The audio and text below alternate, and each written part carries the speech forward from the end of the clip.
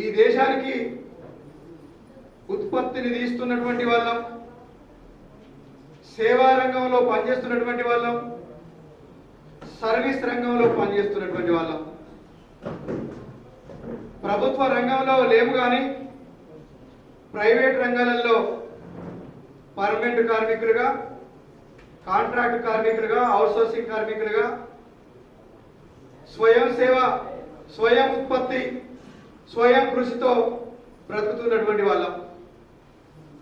ఈ దేశంలో, ఈ రాష్ట్రంలో, ఈ హైదరాబాద్, రంగారెడ్డి పరిసర ప్రాంతాలలో పనిచేస్తున్నటువంటి కార్మిక వర్గానికి అనేక రకాల సమస్యలు ఉన్నాయి.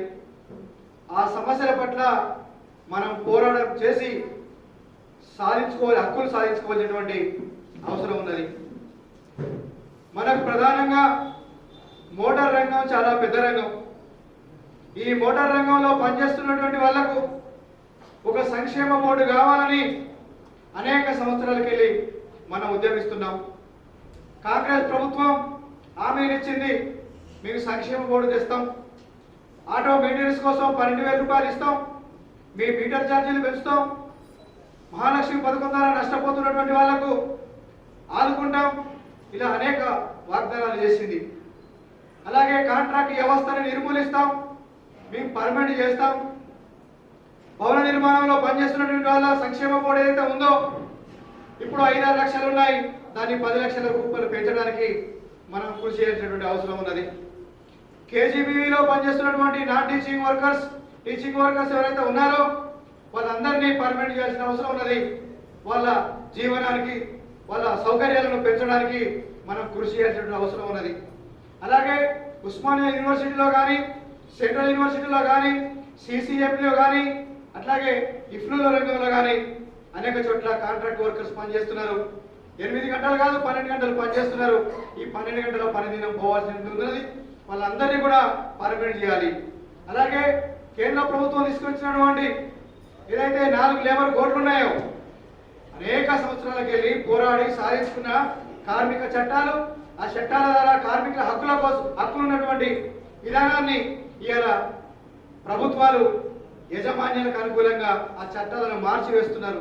4 లేబర్ కోడ్లుగా చేసి ఫ్యాక్టరీ యజమానుల కోసం, కార్పొరేట్ సంస్థల కోసం, బహుళజాతి సంస్థల ప్రయోజనాల కోసం వాళ్లకు అత్యధికంగా లాభాలు రావడానికి ఇలా చట్టాలను అటువైపు మార్చి కార్మికుల హక్కుల్ని హరించేస్తున్నటువంటి ఈ నేపథ్యం ఉన్నది. కనుక మనం అందరం ఐక్యం కావాలి. ప్రభుత్వ రంగంలో పనిచేస్తున్నటువంటి ఉద్యోగుల్ని, కార్మికుల్ని మనం కూడగట్టాలి.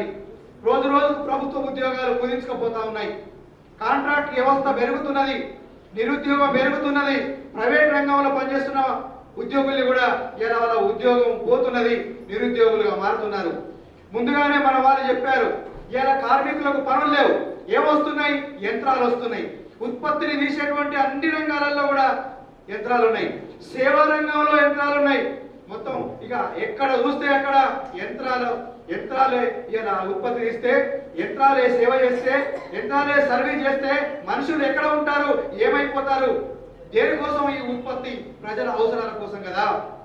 యంత్రాలు చేసినటువంటి ఉత్పత్తిని అమ్ముకుంటే వాళ్ళకు లాభాలు రావచ్చు, కానీ ఆ ఉత్పత్తి అయినటువంటి వాటిని వస్తువులని ఎవరు కొనాలి? కార్మికులు కొనాలి, ఉద్యోగులు కొనాలి.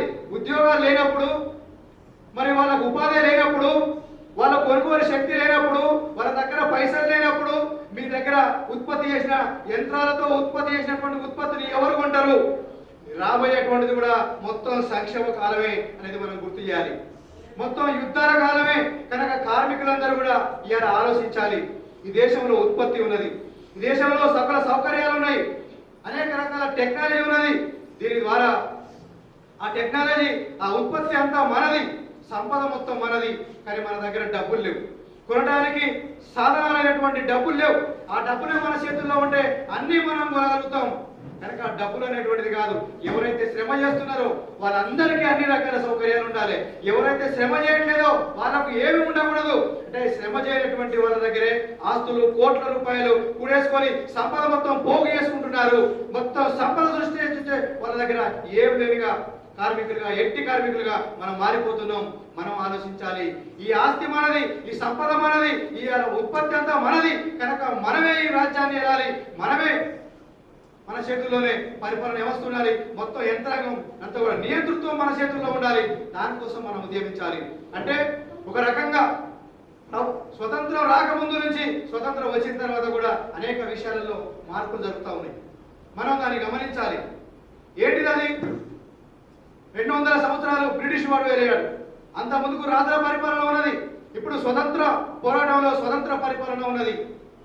కానీ వాళ్ళు చెప్తున్నటువంటి సమానత్వం ఏదైతే ఉన్నదో, మొట్టమొదటిగా వచ్చినటువంటి ప్రధానమంత్రి జవహర్లాల్ నెహ్రూ సోషలిజం ఇస్తా, మీ అందరికీ సమానత్వం ఇస్తా, ఈ దేశానికి స్వతంత్రం వచ్చిందన్నాడు. ఎక్కడ పోయింది సోషలిజం? హిందీరమ్మ సోషలిజం ఎక్కడ పోయింది? ఎమర్జెన్సీ వచ్చింది. నాటి నుండి నేటి వరకు ఇలా సోషలిజం సమానత్వం, అందరికీ సమానత్వం అంటున్నారు. ఒకటి గుర్తుపెట్టుకోవాలి, 8 గంటల పనిదినం 150 సంవత్సరాల క్రితం వచ్చింది. ఇప్పుడు నేటికి 8 గంటల పనిదినం కాదు, 12 గంటలు పని చేయాలంటున్నారు. నేను చెప్పదలుచుకుంది ఏంటంటే, ఒక్క మనిషి 2 గంటలు పని చేస్తే చాలు. ఇప్పుడు ఉన్నటువంటి పరిస్థితులలో యంత్రాలు కాదు, మనుషులు 2 గంటలు పని చేస్తే అన్ని రకాల వస్తువులు తయారు చేసుకునే కెపాసిటీ మన భారతదేశంలో ఉన్నది. అటువంటి టెక్నాలజీ ఉన్నది. మరి 2 గంటలు పని చేస్తే సంపద మన అందరి చేతుల్లోకి వచ్చేది. 12 గంటలు 14 గంటలు ఎందుకు పని చేయాల్సి వస్తున్నది? పాలక వర్గం, దోపిడీ వర్గం సేవ చేస్తున్న కార్పొరేట్ సంస్థలకు పనిచేస్తున్నది. కనుక అన్నింటినీ కూడా మనం గమనించుకోవాలి. టీయూసీఐ చేసేటువంటి పోరాటాలు, ఆ పోరాటాలలో మనం పాల్గొనాలి. రంగాలలో పనిచేస్తున్నటువంటి దాంట్లో మనం క్రమబద్ధంగా మనం ముందుకు పోసేటువంటి ఉన్నది. మోటార్ రంగంలో నిర్మాణాలు పటిష్టం చేసుకోవాలి. కార్యక్రమాలలో వచ్చేటట్టుగా వాళ్ళని చైతన్యం చేసుకోవాలి. కాంట్రాక్ట్ యూనియన్లు కూడా నిర్మాణాన్ని పటిష్టత పెంచుకోవాలి. రెగ్యులర్గా మనం వాళ్ళకు క్లాసులు బోధించి వాళ్ళని చైతన్యం చేసుకోవాలి. ఇట్లా అన్ని రంగాలలో కూడా, హోటల్ రంగం కానీ, వైద్య రంగం కానీ, విద్యారంగం కానీ, సర్వీస్ రంగం కానీ, సేవా రంగం కానీ, అంతటా కూడా సంక్షోభం సంక్షోభం సంక్షోభం ఉన్నది. కనుక ఇటువంటి సంక్షేమంలో కార్మికుల హక్కులు, కార్మిక రాజ్యం రావడానికి టీయూసీఐ కృషి చేస్తూ ఉన్నది. కనుక ఈ టీయూసీఐ చేస్తున్నటువంటి ఉద్యమంలో మనం అందరం భాగస్వాములు కావాలి. అలా ఇప్పుడు ఎన్నికైనటువంటి నాయకత్వం ఎవరైతే ఉన్నారో, 22 మందితో ఏదైతే నూతన కమిటీని వేసుకున్నామో, 3 ఇంకా కోఆప్షన్ పెట్టుకున్నామో, ఖచ్చితంగా నెల 15 రోజులకు ఒకసారి కార్యవర్గ సమావేశం జరుగుతుంది. దీంట్లో ఆఫీస్ బేరర్స్ ఉన్నారు. ఆఫీస్ బేరర్స్ సమావేశం కూడా ఉంటుంది. మనం అందరం కూర్చొని మన రంగంలో వస్తున్నటువంటి సమస్యలు ఏమున్నాయి, ఏ మేరకు మనం వాటి మీద ఉద్యమాలు, ఒక కార్యాచరణ రూపొందించాలి, ఎట్లా ఉద్యమాలు చేయాలి, ఎట్లా చైతన్యం చేసుకోవాలి అనేటువంటి కృషి ఇలా మన నాయకత్వం పనిచేయాలి. కనుక పెండింగ్లు ఉన్నాయనో, పేరెంటాలు ఉన్నాయనో, సమస్యలు ఉన్నాయనో, ఎక్కడ మనం హాజరుగాలేనటువంటి పరిస్థితి ఉంటే మనం ఉద్యమాలు నిర్వహించేటువంటి పరిస్థితి లేదు. కనుక మనం త్యాగం చేయడానికి సిద్ధంగా ఉండాలి. మనం ఎక్కువ గంటలు యూనియన్ కోసం ఆలోచించాలి, యూనియన్ కార్యకలాపాల కోసం ఆలోచించాలి. అట్లా ఆలోచిస్తేనే మన బ్రతుకులు మెరుగైతే తప్ప మనకి ఇంకా ఎక్కడ కాదు.